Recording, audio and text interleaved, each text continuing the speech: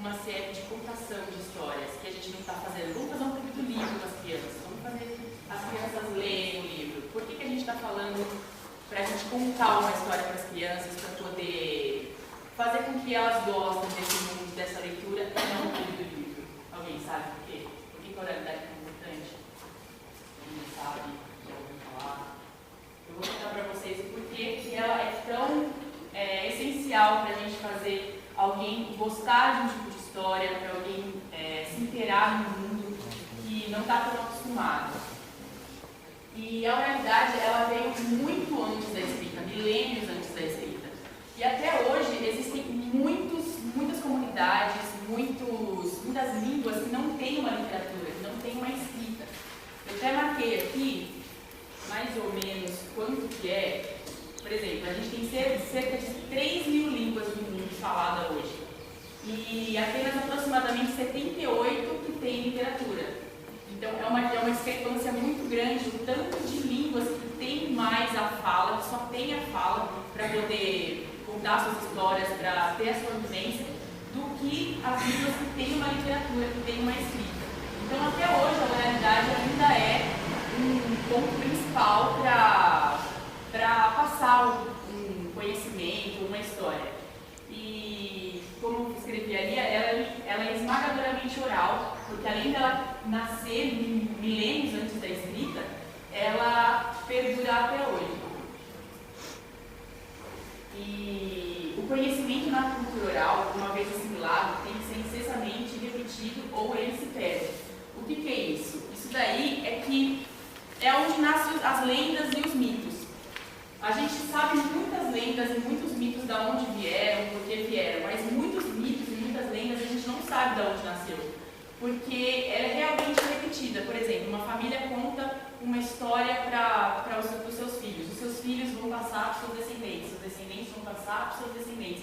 E essa história vai perdurando, porque ela acaba tendo uma veracidade que não precisa muito de algo concreto, ela não precisa de provas para ser verdade, é uma história. Então, realmente, ela faz com que ela tenha uma vida além de ser somente uma história. Ela acaba tendo um vínculo de uma pessoa que está lendo para uma pessoa que está lendo e contando para a pessoa que está ouvindo. E é por isso que é uma vez assimilado. Não é só contar uma história, a pessoa que está ouvindo ela tem que assimilar essa história. Então depende muito do contador para poder passar essa informação, essa história, esse conteúdo, esse conhecimento para outra pessoa assimilar. Então é aí que entra os contadores de histórias, na verdade. Os contadores de histórias só podem contar em Montané de Caio. A tradição manda que seja assim. Os índios do norte da América têm muito cuidado com essa questão dos contos. Dizem que quando os contos soam, as plantas não se preocupam em crescer e os pássaros esquecem a comida de seus filhotes.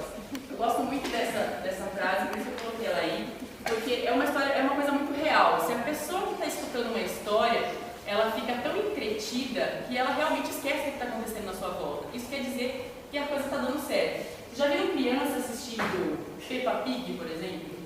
Tipo, aquele outro... Qual que é o outro? Conheço todos.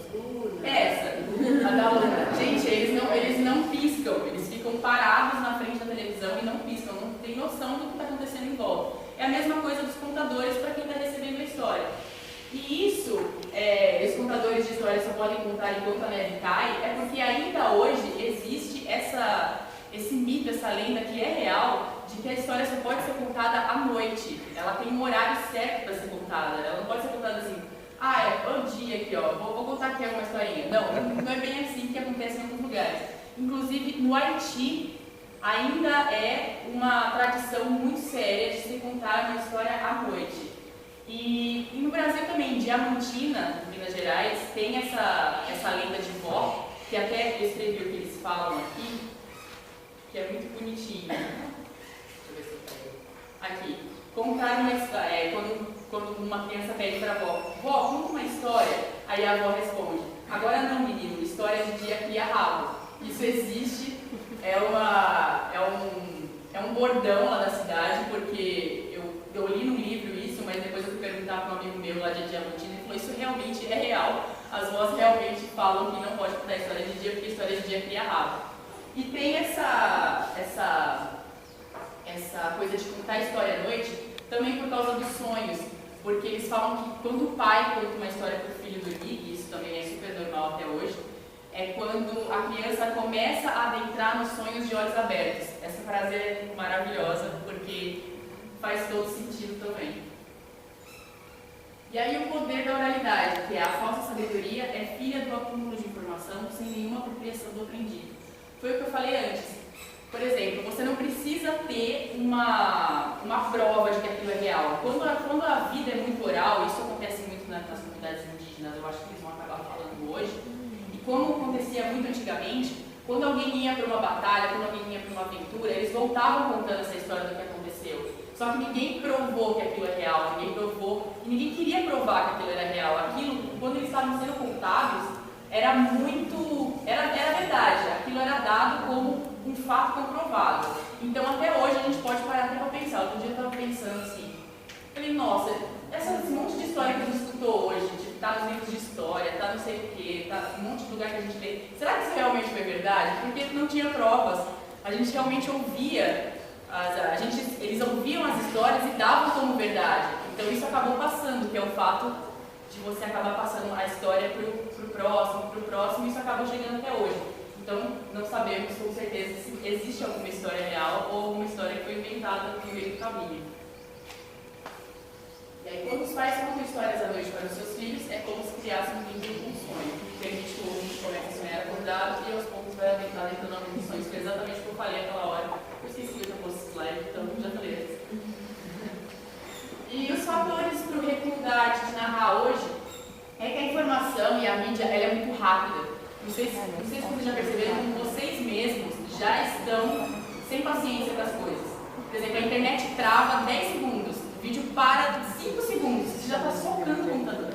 Tipo, você já não quer mais, você não aguenta mais esperar, você não tem mais aquela paciência do antigo, a paciência dos seus avós que sentavam na frente da lareira e contavam a história para outra pessoa e a criança ficava parada assistindo. É tudo muito rápido e a informação é muito efêmera. Também é um fato de perder a narrativa hoje, é exatamente essa rapidez. Porque o narrador e o ouvinte, eles precisam de uma certa paciência, de uma certa publicidade para poder ter esse vínculo, para poder captar a história e para o narrador também sentir que a pessoa captou a história. Então, hoje em dia é muito complicado e é por isso que a gente está aqui para poder tentar mudar um pouquinho essa visão das coisas, a visão das crianças, a visão dos adolescentes também, com quem todo mundo vai acabar contando uma história. E ela se sobrepõe uma mensagem mais formadora da psique humana. Por quê? Porque o narrador, ele faz com que a imaginação da pessoa seja estimulada. Ele faz com que tudo aconteça no mundo da imaginação da criança. Além de estar ajudando o próprio narrador, né? Além de ele estar se descobrindo também, que é uma das frases que eu coloquei no final. Que ele vai acabar se descobrindo nessa contação de história, ele vai acabar, porque como ele pode ser quem ele quiser na frente de uma contação, ele pode ser um mágico, ele pode ser um animal, ele pode ser um viajante, ele pode ser quem ele quiser, então ele vai acabar se descobrindo nessa contação, então o ganho é dos dois lados. Então, essa narração é mais formadora de psique humana do que essas informações todas efêmeras que estão acontecendo hoje em dia. E essa daí é a frase que eu coloquei no final, que é exatamente isso. Que é contar histórias e resgatar o próprio destino, descobrir a que sonho pertencemos e encontrar caminhos para a própria vida. E é verdade, teve um livro que eu li, que é a Arte de Contar Histórias, que a contadora que escreveu o livro, ela conta que ela nunca imaginou que ela poderia ser quem ela quisesse, ela nunca imaginou que ela tinha o dom de contar histórias. Por quê? Porque não é bem um dom, é uma coisa que está dentro de todo mundo. Dentro de você tem alguém que quer sair e que quer ser outra pessoa. Tipo, temos a imagem e temos a alma.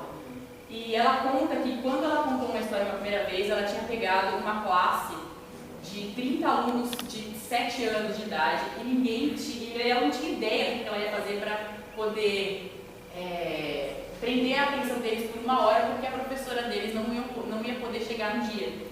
E aí ela ficou desesperada, então ela pegou um livro lá e começou a ler. Ela era inglesa, é inglesa, né, porque a mulher ela é inglesa e ela contou que a partir do momento que ela leu o livro, porque era uma história irlandesa, ela abriu e ela começou a fazer o sotaque irlandês. Ela nunca tinha feito um sotaque irlandês na vida. E aí quando ela fechou o livro, ela parou de fazer o sotaque irlandês e voltou com a fala dela em inglês. E ela, nesse momento, ela se descobriu uma contadora de histórias. Eu achei muito engraçado isso, porque tipo, é uma coisa que ela nunca pensou em fazer na vida, ela nunca fez na vida. E ela estava entre a cruz e a bandeirinha para poder fazer uma classe, ficar focada durante uma hora. E ela fez um sotaque que ela nunca tinha feito na vida. Nasceu uma pessoa dentro dela, nasceu algo que estava preso dentro dela e ela se descobriu ali. E é por isso que eu coloquei essa frase, porque muita gente se descobre fazendo isso, muita gente se descobre pegando um livro na frente de uma criança e lendo e percebendo que nossa, tem alguém dentro de mim que eu não conhecia. Então, é por isso que a oralidade é muito importante para os dois lados, tanto para quem está ouvindo quanto para quem está contando. E isso é um vínculo que fortalece e quando esse vínculo está fortalecido, ele pode ser passado para frente. E é por isso que a oralidade é muito importante para o incentivo da leitura. É isso.